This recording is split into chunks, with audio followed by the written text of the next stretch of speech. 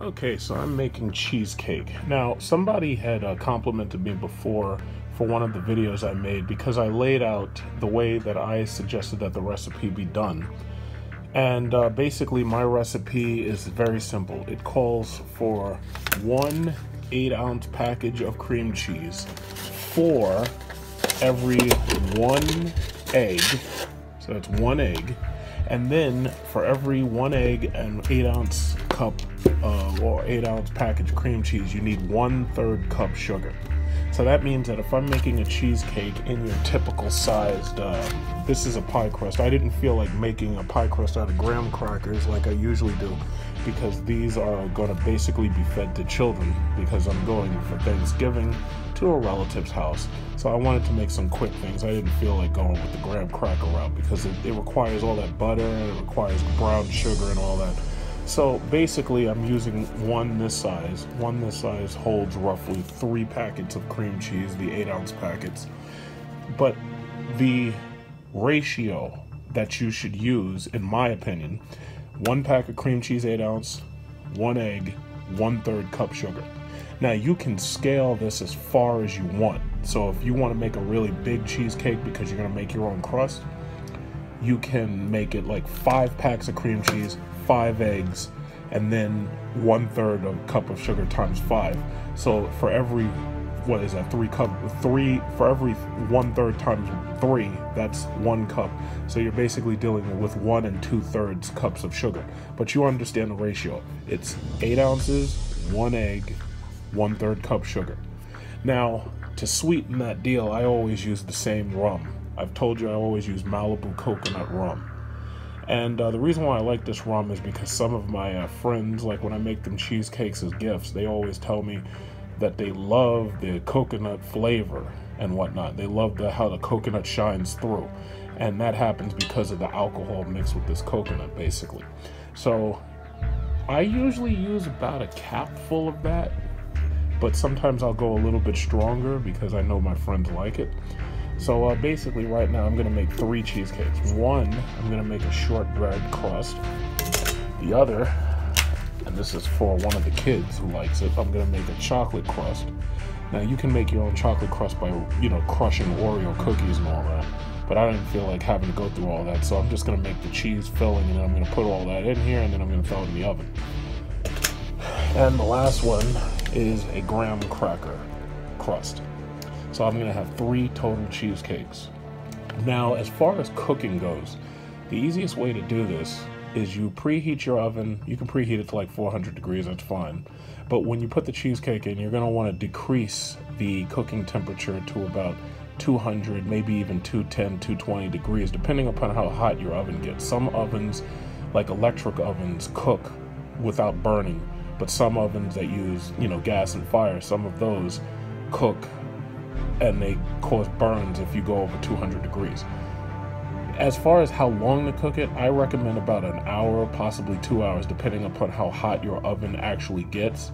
But you have to constantly look at it and make sure that basically you look and make sure that the cheese doesn't start to burn, for one, and you also make sure that it gets firm. And if you do it like that, you shouldn't have a problem. So what I'm going to do is I'm going to combine these main ingredients right here: the eggs, the cheese, and the sugar. So I'll do that right now and show you what that looks like. Now, before I continue, I'd like to say a word on the cream cheese being used here.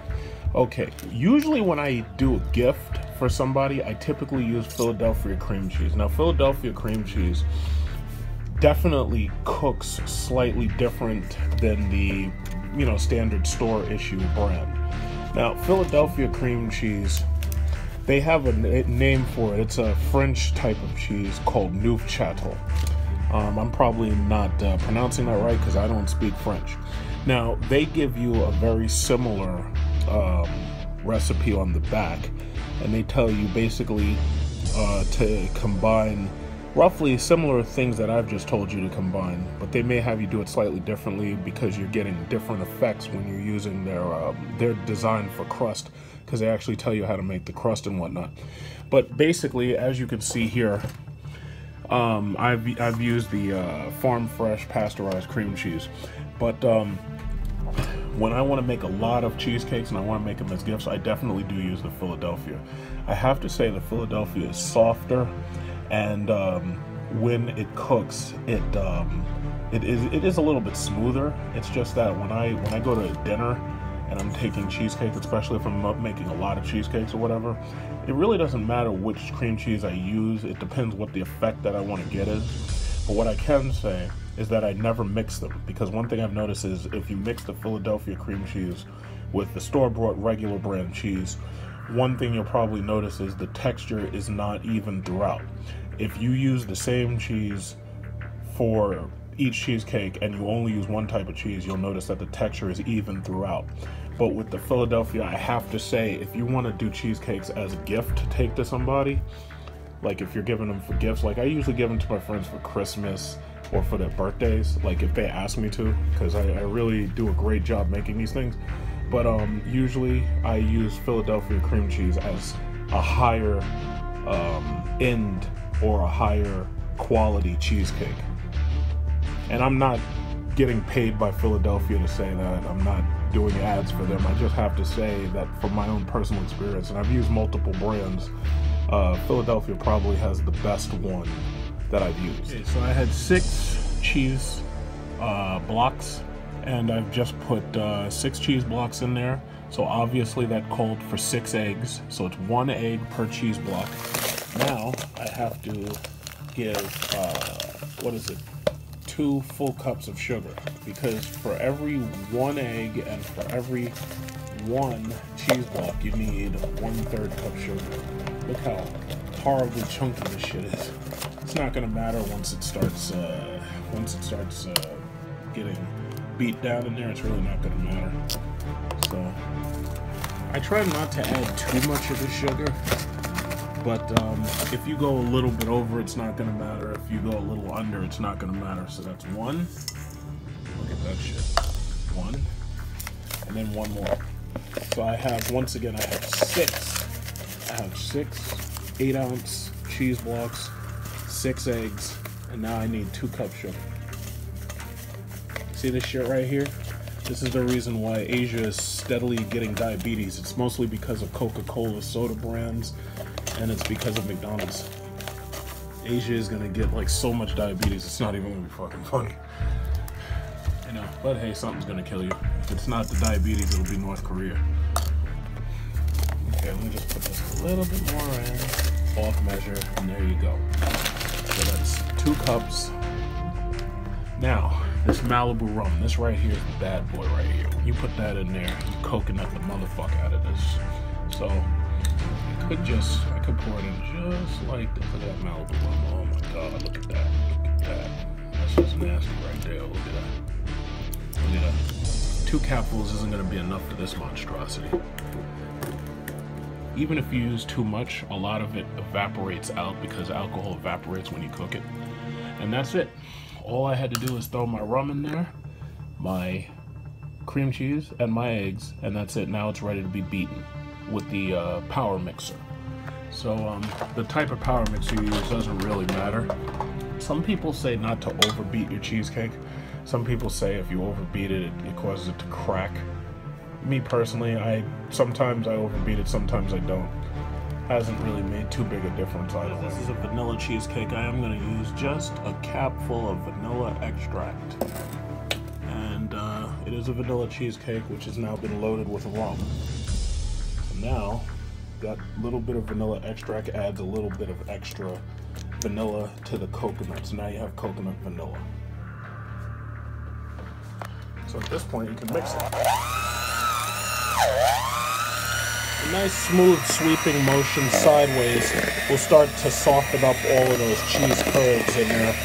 After a while it'll be a little bit, it'll be thick. But that's the thing about Philadelphia cream cheese. When you mix it up real good, it's a lot smoother. The thing about it is when you cook this, it's going to even out anyway. So it really doesn't matter when you cook it. It's just that when you bite into it, I'm going to add a fruit topping to this, so it really is not going to matter too much. It's just that some people like smoother cheesecakes. I would say the smoothest cheesecake has to be made by Philly cream cheese. but I'm going to demonstrate the difference when I do the next video about Philadelphia cream cheesecake. After I've mixed the hell out of this, this is the consistency you get. And then I'll add this to my chocolate chip cookie crust. You don't have to add too much, it's going to bake upwards. Okay, so that's my chocolate cheesecake right there. You can see the consistency when it cooks. It should be smooth. Okay, and this is the graham cracker. It is slightly larger, 12 inches instead of 10. So this one holds more. We'll just fill it up to the sides. Okay. You cook on 250 degrees. Turn down your oven from, the baking temperature. Turn it to about 250 degrees. And you run 250 for about an hour until the consistency is, how should I say, stiff, but not burned. Now, I've talked about these electric ovens before. One of the reasons why I love electric ovens is because the electric ovens, you find these at Walmart, they're usually on sale between $20 and $40. One of the things I like about them is because there's no fire, you don't get any burns. So not only don't you get any burns, but the interior of the oven cooks pretty evenly all the way around. And as long as you preheat it to about 400 before you cut the power down to about 250, in between 200 and 250.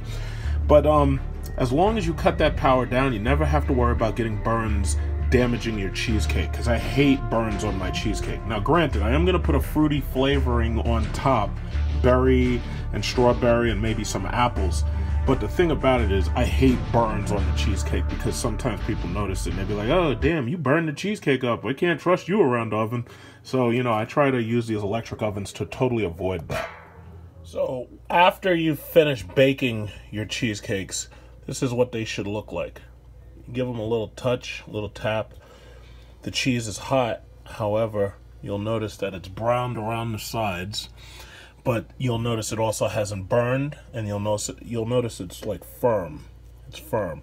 And really, the only way to really do this is to do a touch test, but nobody's going to notice those breaks and holes that are in the top of my cheesecake simply because I'm going to slather it with like lots of fruit flavors, and they're just gonna absolutely love it. So basically, that's the entire video. So I'll add a little written portion to this after it uploads, but that's how you do it, and that's what it comes out looking like, and it's absolutely fantastic.